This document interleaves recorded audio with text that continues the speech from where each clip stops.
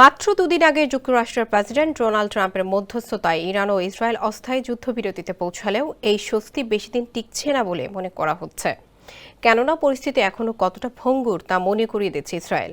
কৌশলগত গুরুত্বপূর্ণ হিসেবে বিবেচিত জর্ডান উপত্যকা এখন আন্তর্জাতিক মহলের নিবিড় পর্যবেক্ষণে। সাম্প্রতিক সময় এই অঞ্চলে ইসরায়েলি বাহিনীর তৎপরতা, নিরাপত্তা জোরদার এবং সামরিক প্রস্তুতি নিয়ে উদ্বেগ ক্রমেই বাড়ছে। বৃহস্পতিবার ইসরায়েলি সেনাবাহিনী জানিয়েছে জর্ডান উপত্যকায় একটি পরিকল্পিত সামরিক মহড়া অনুষ্ঠিত হবে।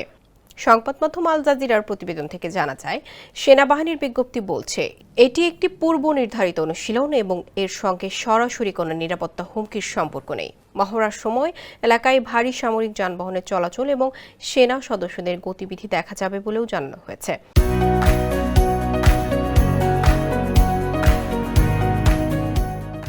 তবে নিরাপত্তা বিশ্লেষকরা এই বিবৃতিকে অন্য চোখে দেখছেন।